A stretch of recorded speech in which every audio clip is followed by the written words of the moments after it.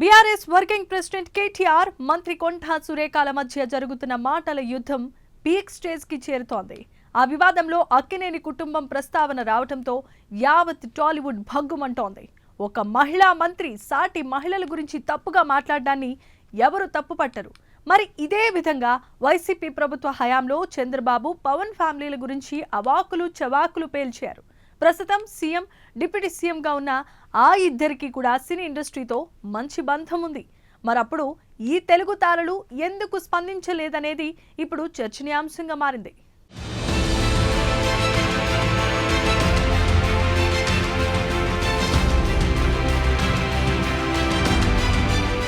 Konda Surekha versus KTR వైరం ఈనాటిది కాదు, దశాబ్దాల క్రితమే దీనికి బీజం పడింది.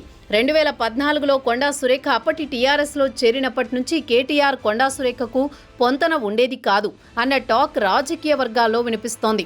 ఎందుకంటే తన తర్వాత చేరిన ఎర్రబెల్లి దయాకర్ రావుకు సొంత సామాజిక వర్గం అనే కారణంతోనో ఏమో తెలియదు కానీ కొండా సురేఖకు ఇవ్వాల్సిన ప్రాధాన్యతను తగ్గించి తనకంటే వెనుక వచ్చిన ఎర్రబెల్లి దయాకర్ రావుకు అగ్రతాంబూలం ఇవ్వడంతో అప్పట్నుంచి కొండా సురేఖకు కేటీఆర్ అంటే అస్సలు గిట్టేది కాదు అని అంతర్గతంగా టాక్ వినిపిస్తోంది.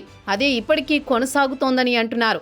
సమంతపై చేసిన వ్యాఖ్యల విషయంలో అందరికీ సారీ చెప్పినా కేటీఆర్ను మాత్రం వదిలేదే లేదంటోంది కొండా సురేఖ. కేటీఆర్ కొండా సురేఖ మధ్య జరుగుతోన్న మాటల యుద్ధంలో చైతన్య సమంత పేర్లు రావడంతో దుమారం చెలరేగింది. కేటీఆర్ను టార్గెట్ చేయబోయి అందులో సమంత నాగచైతన్య డైవర్స్ ఇష్యూపై మాట్లాడారు సురేఖ. అయితే అది కాస్త తీవ్ర చర్చకు దుమారానికి కారణమైంది. విషయం గ్రహించిన కొండా సురేఖ వారికి క్షమాపణలు కూడా చెప్పేశారు. అక్కడితో ఇష్యూకు ఫుల్ స్టాప్ పెట్టే ప్రయత్నం చేశారు.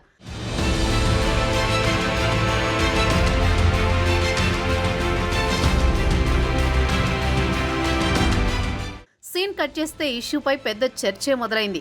మంత్రిగా ఉండి కొండా సురేఖ అలా ఎలా మాట్లాడతారని చిరంజీవి దగ్గర నుంచి జూనియర్ ఎన్టీఆర్ సహా సినీ ప్రముఖులంతా ఘాటుగా ట్వీట్లు చేస్తున్నారు.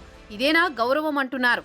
జూనియర్ ఎన్టీఆర్ అయితే ఓ అడుగు ముందుకేసి ఇలా మాట్లాడితే ఇకపై చూస్తూ ఊరుకోబోమని వార్నింగ్ కూడా ఇచ్చారు.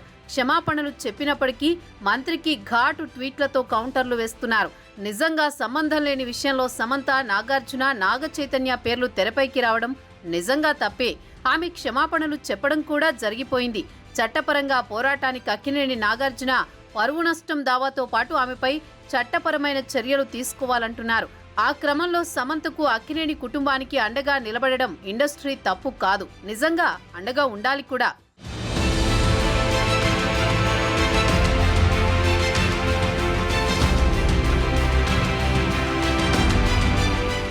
అయితే ఏపీలో వైసీపీ ప్రభుత్వ హయాంలో చోటు చేసుకున్న పరిణామాలు ఈ సందర్భంగా చర్చకు వస్తున్నాయి. 2021లో ప్రతిపక్ష నేత హోదాలో ఉన్న చంద్రబాబును, ఆయన కుటుంబాన్ని వైసీపీ నేతలు తీవ్ర అసభ్య పదజాలంతో విమర్శించారు. తనను విమర్శించినా ఓకే గాని తన కుటుంబం గురించి తప్పుగా మాట్లాడడాన్ని చంద్రబాబు ఆనాడు తట్టుకోలేకపోయారు. 40 ఏళ్ల రాజకీయ అనుభవం ఉన్న నాయకుడు మీడియాతో మాట్లాడుతూ ఆనాడు వెక్కి వెక్కి ఏడ్చారు. ఆ ఘటన అందరినీ కలిచివేసింది. ఆ ప్రభావం మొన్నటి ఎన్నికల ఫలితాలపై కూడా కనిపించింది.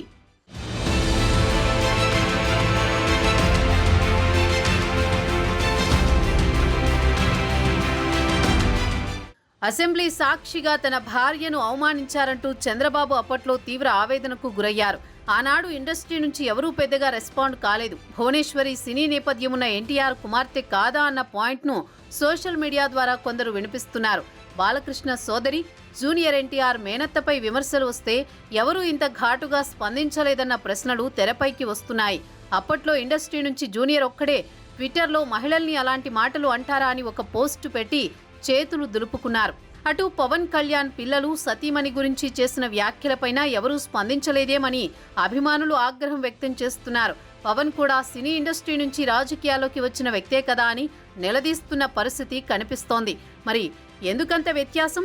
ఇండస్ట్రీ పెద్దల రియాక్షన్ అప్పుడలా ఇప్పుడిలా ఎందుకన్నది చర్చనీయాంశంగా మారింది.